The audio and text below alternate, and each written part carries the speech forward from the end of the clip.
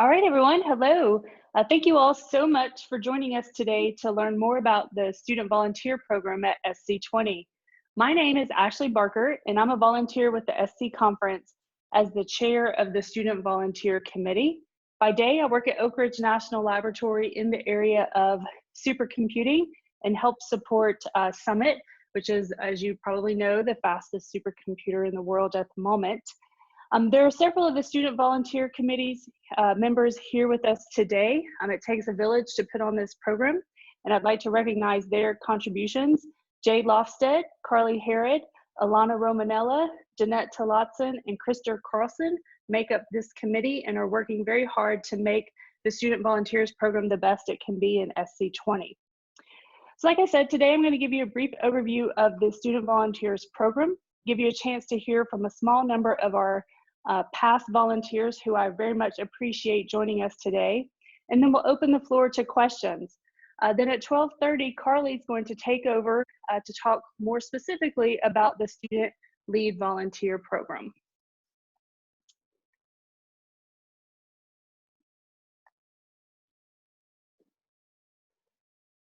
All right. So first off, I want to talk a little bit about the goals of the students at SC program, which includes the Student Volunteer Program.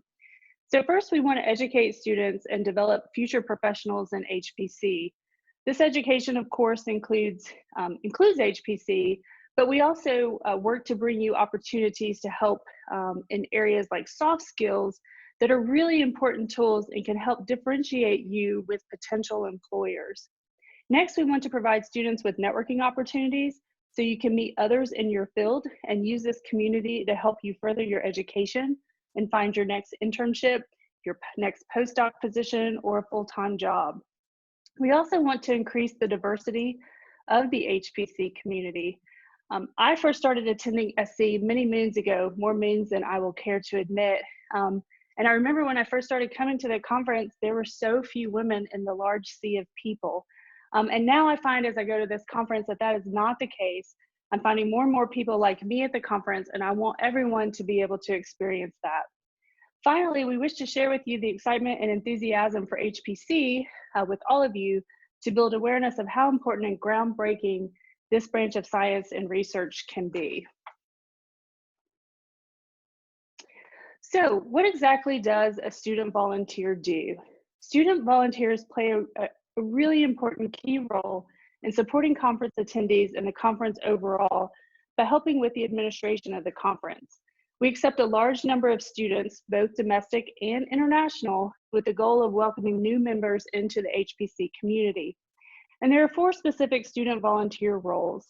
The first is a regular student volunteer who helps with the general conference administration, like staffing the information booth, assisting speakers with things like running microphones, taking attendance, and helping to coordinate and execute on-site at the conference logistics, like handing out t-shirts in the preview booth, which I think is something one of our volunteers that we have to speak to you today did last year. So the next type of volunteer is a SciNet student. And these are students who are selected to work with various members of the SciNet teams, including fiber, network security, routing, and communications, to build and operate SciNet, which is the backbone of the conference. And this is a great opportunity for students interested in this field. The last 2 roles are regular student leads and our SciNet leads, who have a little bigger role and work directly with some of the committee members to help on specific aspects of the conference.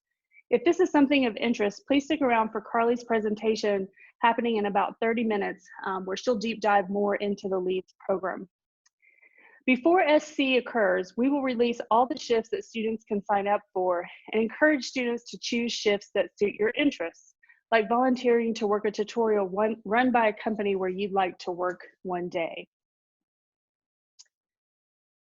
So outside of the student volunteer duties, students have the opportunity to fully participate in the SC conference and do things like explore the exhibits on the massive exhibit floor, which is a great chance to learn more about all of the companies within HPC and may help you determine where you might want to work one day. You're also able to attend technical presentations and develop lasting professional connections through a variety of activities. In addition to the SC technical program, we also offer a robust program of student-specific sessions for all student attendees. We will offer a workshop that takes place the Sunday and Monday before the main technical program begins, as well as sprinkle a few additional sessions throughout the week. Topics will include sessions to help students develop, again, both those hard and soft skills.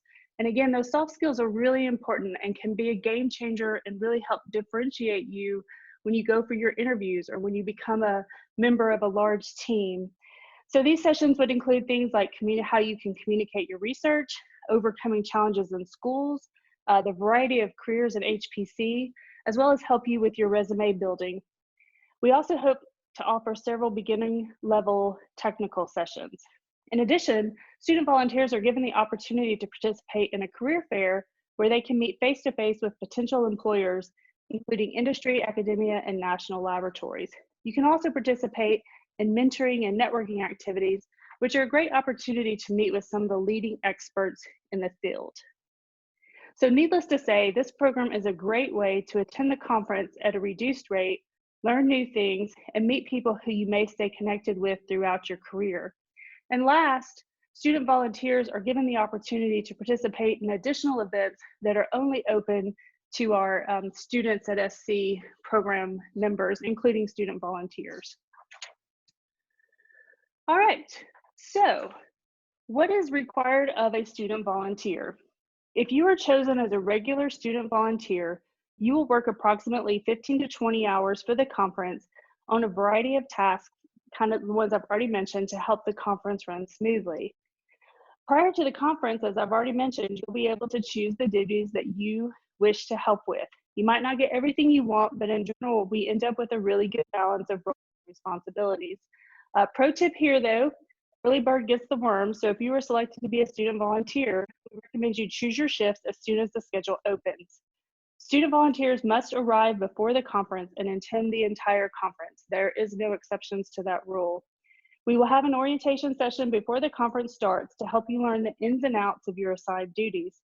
We will also have seasoned student volunteer veterans and our student leads who will also help you as you run into issues. Even working 15 to 20 hours for the conference, this will still leave you plenty of time to take part in other aspects of the conference.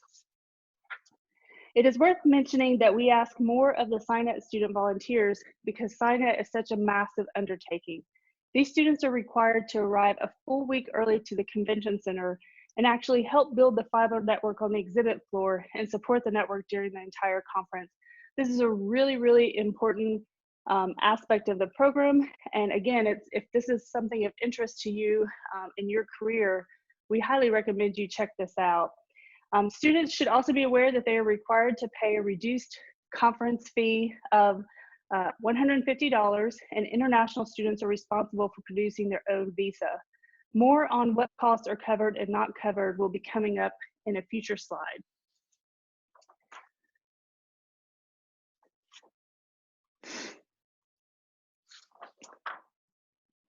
All right, so how do you apply? So first of all, the application form is on the SC20 website. And we hope that we have convinced you all to join us and apply. We've heard from some students in the past that they did not apply because they were not sure that their professors would support their absence from school for this amount of time. And it's been our experience that most professors see this as a great opportunity for you and will be very supportive. So don't be afraid to ask your professor if this is an event you can join in on. So like I said, the application's on the website. Before getting started, we recommend you view the sample form that's available to get an idea of what the application looks like and what the application will ask you for. One key note is that you can save your application and keep editing it until you are ready to submit. And then I'd like to make two more points here on the application. The first is that we require a letter of recommendation. We really recommend that you don't delay on lining up your letter of recommendation. We see a lot of great recommendation letters, but we also see some not so good ones. Be sure to ask someone who knows you and explain what the conference is and why you want to go so that they can really tailor the letter to help address those points. Help them write a better letter of recommendation for you by giving them really good material for the letter. The other point I want to make about applying is that you may request travel support for the conference. We do make a limited amount of money available to support travel, and you can do that from within inside this application. And we're going to talk a little bit more about funding when we get to the FAQs. And maybe the other important aspect I almost left off is that the deadlines are coming up soon. So May 15th is the deadline for the student lead volunteers application. And then June 5th is the deadline for the regular and sign-up volunteers. So they're coming up soon, so don't delay if you are wanting to apply for the program. All right, so let's talk a little bit about some of the frequently asked questions that we get about the program. And obviously one of the burning ones on everyone's mind is how COVID-19 might impact this year's conference. This is the current status that you see here on this slide of the SC20 conference and the coronavirus as of this month. I really hope I have the opportunity to meet all of you in November at the event, but this is a developing situation and we're doing our best to plan for all scenarios. The statement with a little more detail is at the top of the SC20 website, and we encourage you to check there for updates. That's where we'll put information as it becomes available. And like I said, we're doing our best to plan for all possible options, and the Students at SC program is dedicated to creating virtual content and a community for students. And as we learn more about the situation and options moving forward, everyone will be updated. But at this point, we're moving full steam ahead, planning for a conference in Atlanta in November, and highly encourage everyone to continue along with their plans and apply to be a student volunteer if that is of interest to you. All right, so the next FAQ is who is eligible to be a student volunteer? To be a student volunteer, you must be enrolled as a student at the time of the conference, not right now, but at the time of the conference. High school, undergraduate, and graduate students are all eligible, but you must be 18 years old on the date you arrive at the conference. Another question we get asked a lot is, can I apply to multiple programs? Like for those who might be interested in being on a student cluster challenge team or a student volunteer. And the answer is you can apply to both. And if you're accepted, you can then choose which one helps you meet your personal goals. And I'm getting close to the end of my slides, so thank you for your patience. But so another question we get a lot is what expenses are covered by the conference? So let's cover what's not first. So most meals and incidentals are not covered at the conference, although there's certainly a lot of free food floating around, but there probably is not enough free food for you for every meal. So you do need to make sure you have the money or travel support to cover some meals and incidentals. The conference registration that I've already pointed out is at the discounted rate of $150 is something that students pay for. Travel to and from the conference is not covered by the conference, as well as visa-related costs. So the things that are covered by the conference include your housing. So all student volunteers are provided with a hotel room that you share with another student volunteer. And then we also give you a student volunteer jacket. And we ask that you wear this jacket while you're on your shifts to help people know that you're a student volunteer and are available to be asked questions. And that jacket also gets you kind of behind the scenes of the conference and gives you a look at how the conference really works and how it's put on, and kind of makes you feel like you're part of this big committee of people putting on this conference. And then finally, I mentioned that SC provides travel support to a limited number of students, and you can request that in your application. But depending on your school, there may be a variety of places that you can request funding for travel related to your studies. Many schools do not openly publicize that they have travel funds available, so you'll likely need to ask. Don't be scared to ask, and prepare your ideas in advance in order to make a favorable impression on the person that you're asking money from. We have a long list of tips that you can find on our FAQ page on the SC20 website in the student volunteers area. And if funding is an issue, I encourage you to check that out and look around, because A lot of times there's more funding than you think available to help you with these kinds of activities. All right, this is my last slide before I turn it over to some of our previous student volunteers. So when do you need to be at the conference? I included this so that when you go and talk to your professors about when you need to miss class, you'll have a good idea of the dates. So I'm not going to walk through each and every one of these scenarios, but essentially there are 3 different timelines. One, if you're chosen as a regular student volunteer. One, if you're chosen as a lead student volunteer. And then I've already mentioned that our SciNet students and our SciNet leads, they have to check in a whole week early. So it is a rather long commitment for them. So just make sure you check out our FAQ. These dates are on the website so that you know what days you will be expected to be at the conference. So with that, I would like to turn it over so you can hear from these 4 past SC volunteers. And essentially I've asked them to take about 2 minutes and tell you what they got out of the program, and then hopefully maybe have a pro tip for you if you get selected to be a student volunteer.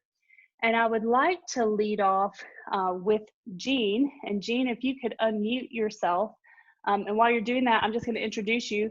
So Jean Bez is a PhD student at the Federal University of Rio Grande do Sul in Brazil. Jean got a chance to participate in the conference in Denver of 2019 while he was a visiting researcher at the Barcelona Supercomputing Center in Spain. So Jean, you now have the floor. Hi, thank you. So as Ashley introduced me, my name is Jean. I am a PhD student from Brazil. And the first time I got the chance to participate in supercomputing, it was last year on Denver. And I can tell you that it has been an amazing experience. It allows you to meet a lot of researchers that you actually just got contact by reading their paper or seeing their work, but also to interact and talk to several students that are also working on your research area, that are also working on the HPC field. And it's an amazing opportunity to create new friendships, create new connections. And I can tell you, it's really worth it. And my experience last year, I helped in several different sessions, helping speakers, trying to make sure that their presentation runs smoothly. And as you probably know, the Supercomputing Conference is a really big conference with several events, activities, a lot of opportunities, tutorials, fairs.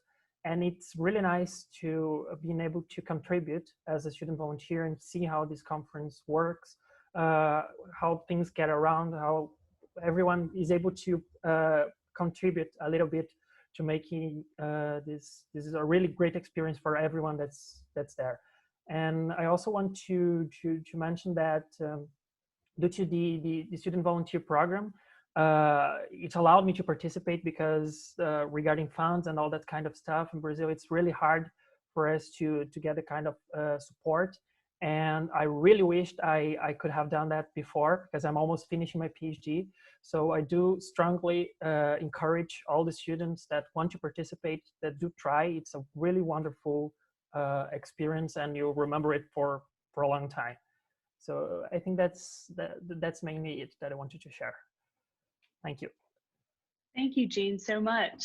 So next up, we have Wale Way. And so Wale, if you want to unmute yourself, I'll go ahead and introduce you.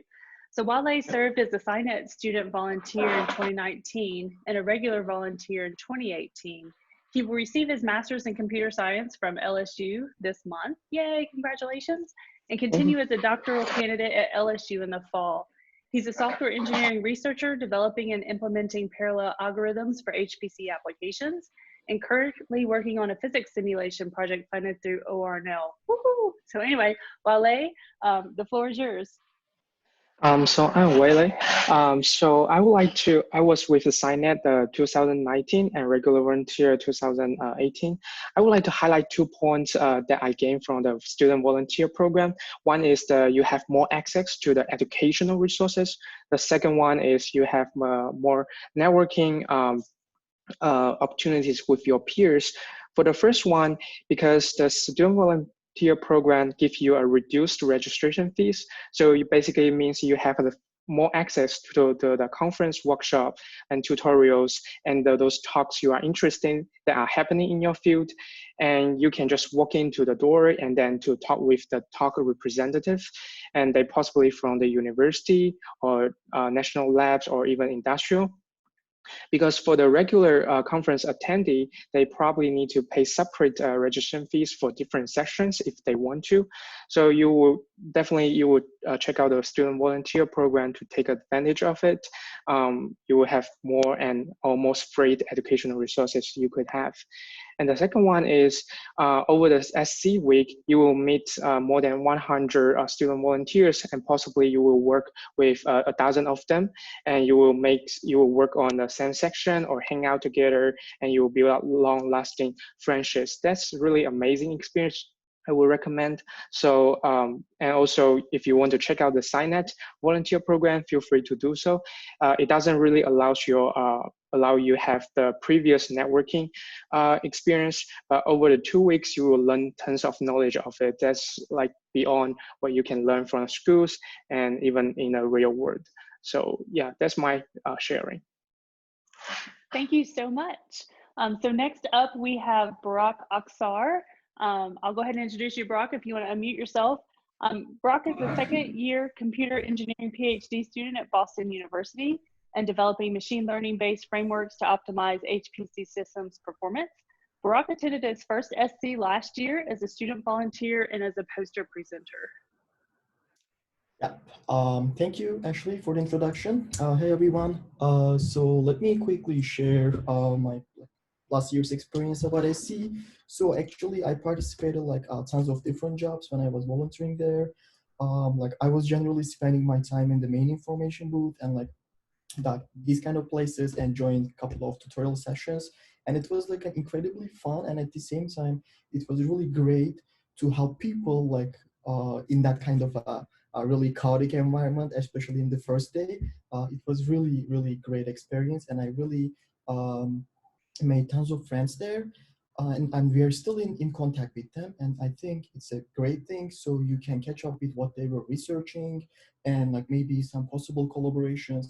Yeah, overall, like in terms of like collaborations, it was a great experience. And like researchers in the scientific area, plus like from academia and plus from the industry, and SC is a great environment for that. And like by being a student volunteer, I had a chance to meet with a high number of different researchers from academia and industry.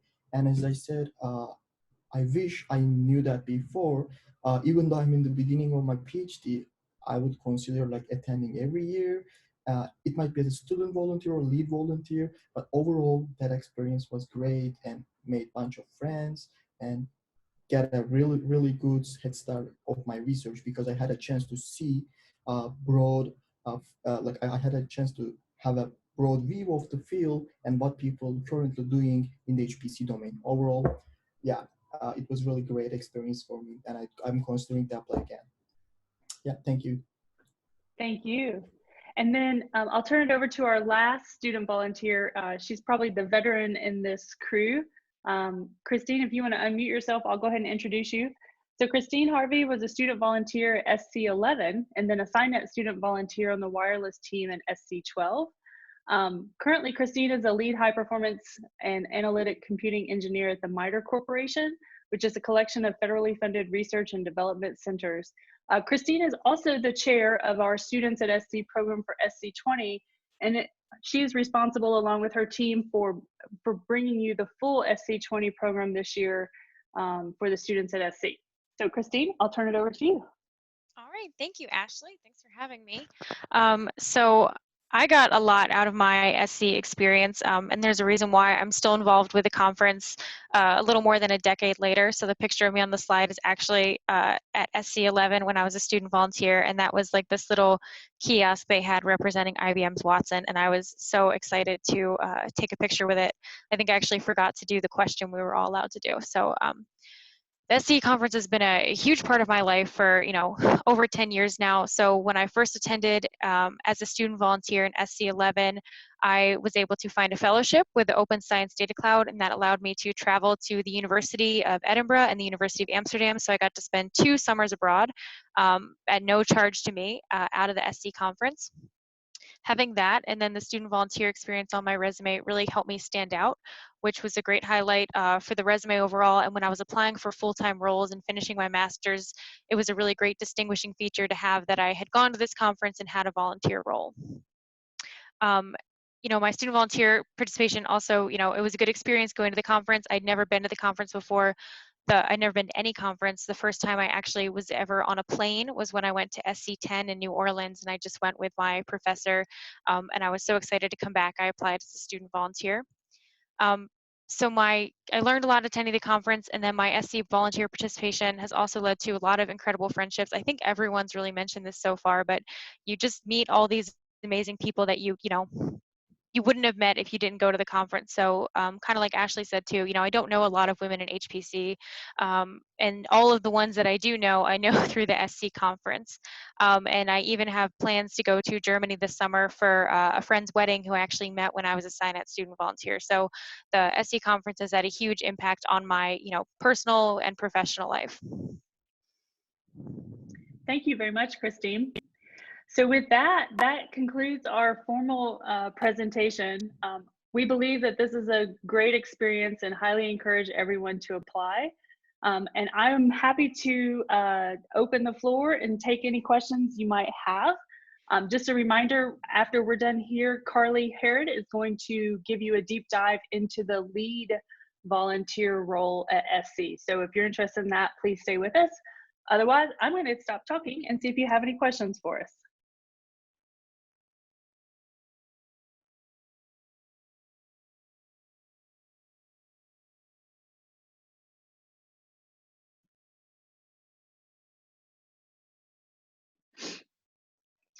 All right, well, I think that means, team, we did an excellent job at describing the program. And so since we are at 12:29 and Carly was set to go at 12:30, I think we'll just roll right into the next presentation. Thank you again to my 4 previous student volunteers for coming and giving your perspective. I really appreciate it. And I hope everyone will apply. And if you have any questions, I'm easy to find. There's also a button on the website where you can submit your question, and we'll get back to you as soon as we can. So hope to see you all in November. And with that, Carly, are you ready? Yes, I am. All right. Well, I am going to give the floor to Carly Harrod. Carly is serving as our lead volunteer chair for SC20. And Carly, take it away. Hello, everyone. As Ashley said, I'm Carly, and this year I'm helping to lead up the lead student volunteer program. Just to introduce a little bit about myself, I'm currently in my last year of my PhD program at Notre Dame, looking to defend in the next couple of months. Very exciting. And I am now a member of the planning committee for the student volunteer committee. I've previously in SC18 was a regular student volunteer, and just last year I was a lead student volunteer for the first time, and I'm now on the committee. So the lead student volunteer program is a program that you can participate in if you have former involvement as a SC student volunteer. And these lead students are students that mentor other students in various areas throughout the conference. The students as leads act as sort of a liaison between the SC committee and other student volunteers. And as a lead student volunteer, you get the ability, you assist other committee members with the management and organization of the student volunteer program.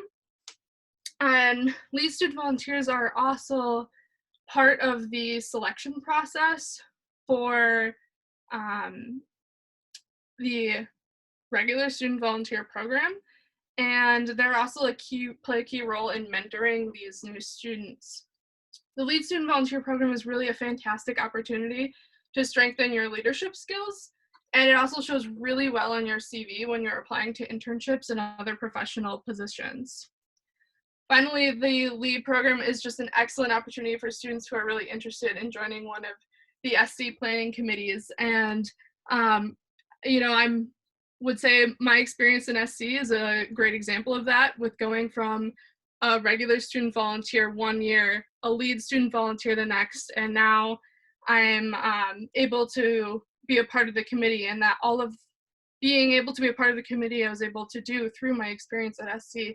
So don't hesitate to apply to a lead position and think, oh, I haven't been a regular volunteer for a long enough time. That's not the case.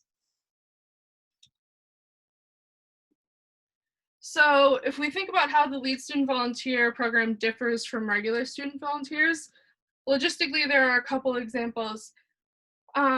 Typically, a lead student volunteer works 20 to 25 hours during the conference, which is more than a regular student volunteer. And depending on your role assignment, your hours may not necessarily be designated in shifts. So this allows you to have a slightly more flexible schedule. And what I mean by that is if you are, say, assigned to the workshops lead, you are responsible for the time that the workshops are occurring, and during other times of the conference, you are able to be fully participating in the conference. So our goal here is to not have students work for the entire conference. We want students to still be able to attend and participate in the conference.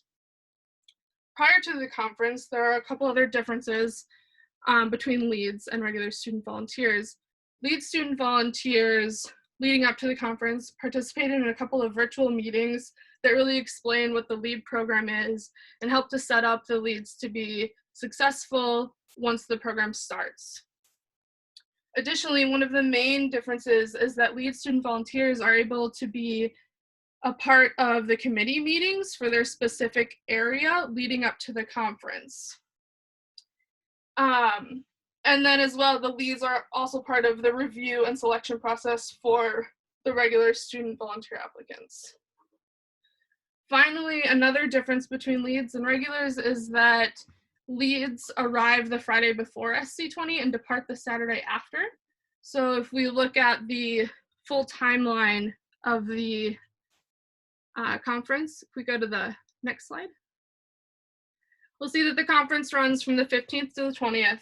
Regular leads come the day before for training, regular student volunteers come the day before the conference starts for training, and leads are asked to arrive one day prior to that so that they also have some lead training and are really set up good to go for the conference. If you are a lead sign-up volunteer, you arrive earlier with the sign-up students two weeks ahead, or a week ahead. And then the leads depart one day after the end of the conference. So if you look at some of the benefits of being a lead student volunteer, there are many. So first, within the professional development, this is really a student leadership position. It's a highly competitive application process, and it is a fantastic item on your CV. It really shows that you are capable of being a leader and have leadership experience. Additionally, there is the committee involvement that I mentioned earlier. Through this process, you're able to be a kind of a junior committee member and participate in these committee meetings leading up to the conference. You're also able to build your management skills.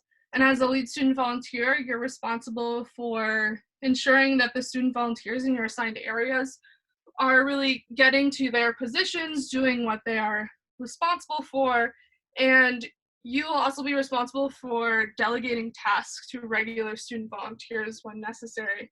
And all of these really help to build your own personal management skills. Through being a member of the committee's meetings leading up to the conference, you're really able to kind of see the behind the scenes of all of the activities that go on at supercomputing, which is a very large conference. So being a lead gives you the opportunity to see these behind the scenes and learn how to put on large scale events. Finally, there's a lot of experience through this program with different SC committees. And this is really the best path to becoming part of the SC organizing committee, is through this experience that you will gain working with various SC groups. And we hope that you'll really become someone that is known and trustworthy within the community, SC committee, community. And then if you would like, hopefully become a member of one of the committees in the future. We plan on having activities that are tailored to helping leads transition into these higher leadership roles of being a committee member. There are also some additional opportunities and events for the leads. We have lead welcome events that are really fantastic team building experiences. And through these events, you'll get to know all of the other leads that you'll be working with at SC. And we really find that a fantastic team of leads is one of the strong building blocks for a successful student volunteer program. Through being a lead, you also have a more personalized networking opportunity because of the fact that you get to work closely with committee members. You have that more personal relationship, which can be really beneficial with networking. You're already working with them, so you're really making those personal contacts. Additionally, there are potential opportunities to participate in the SC 2021 handoff meeting, or maybe even potentially the committee wrap-up dinner at the end of the conference. Lastly, but certainly not least, the LEADS program really offers you the opportunity to connect to your peers. The LEADS program is filled with students that have all been previous student volunteers. You've probably been with them at the conference before. Many of them some of them are returning leads, so you may have worked with them in the past, and it really creates a great environment to foster long-standing friendships with peers outside of just your university. When we look at the requirements of being a lead student volunteer, first and foremost is you must have previous experience in the SC student volunteer program, either as a regular student volunteer or as a SciNet volunteer. You also must be enrolled as a student at the time of SC 20. And you are not required to be a graduate student. You can apply to be a lead student volunteer as an undergraduate with a strong application. We think about some of the additional qualities that make a really great lead. One of them is passion for high performance computing and the SC community. We're really looking for leads who are truly passionate about their involvement in the HPC community. And the LEAD program is fantastic for those who are interested in continuing engagement within this community. Another important quality is trust, because under the guidance of the area chairs, leads are really being trusted to fully manage high-level issues within their assigned area with minimum supervision. So we want to have leads that we can really trust to do these tasks. Bouncing off of trust, we need leads who are reliable and organized with strong problem-solving skills so that they can manage multiple tasks and problems throughout the day as they arise. Finally, an applicant who is recognized for their excellent work through either the Student Volunteer of the Day program or the Thank a Volunteer Note program should make sure to include this in their application, as they're both really great signs of a successful student volunteer, and we frequently use them to kind of help maybe break a tiebreaker in the application process.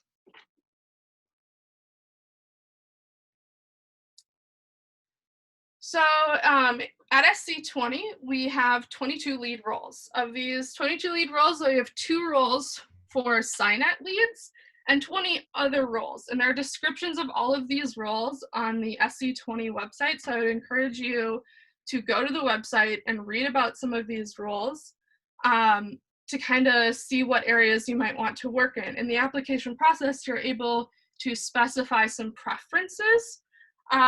So if, say, you are really interested in working in a more event planning role, we have roles like that for student networking and after hours events, live events, local arrangements, like all of those kind of apply towards being training you for event planning. And we have other ones that are more technical, like workshops and tutorials.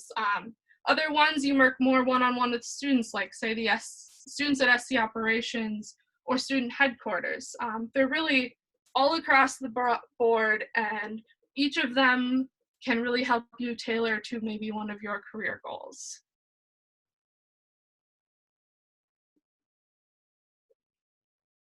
So now you're probably wondering how to apply.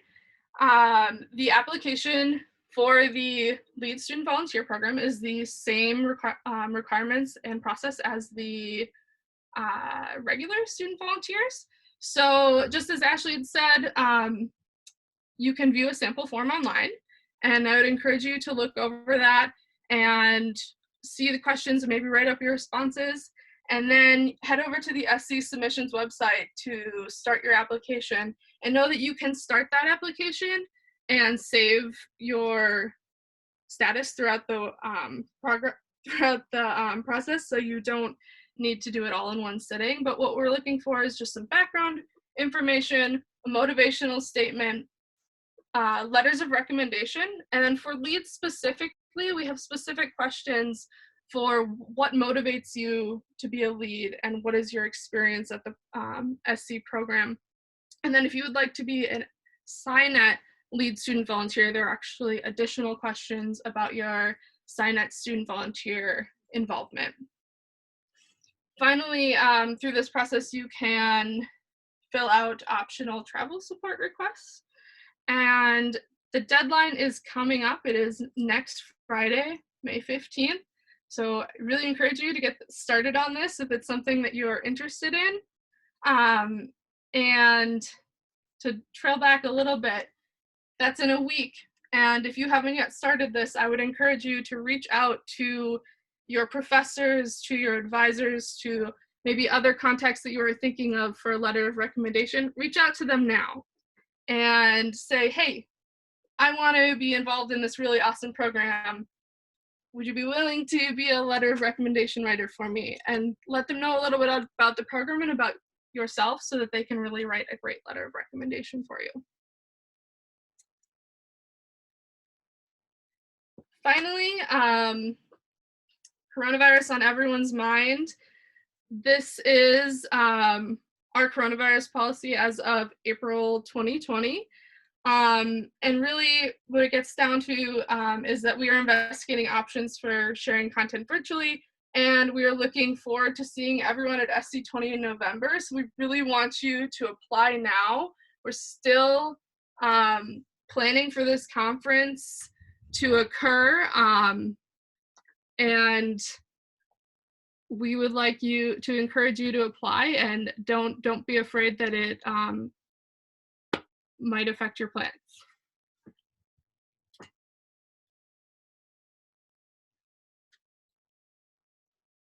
Are there any questions?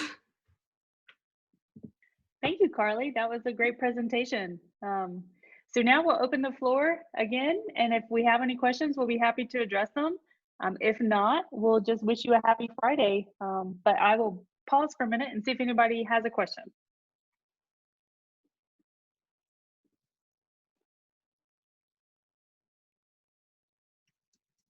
All right. Well, I really appreciate all of you joining us today. Thank you, Carly. Thank you to our 4 panel members who joined us. We hope we see you all in November. And again, if you have any questions, feel free to go to the SC20 website and hit the Contact Us button, and one of us will be happy to respond to your answer. We wish you all a safe and happy rest of your Friday. Thank you. Thank you. Thank you.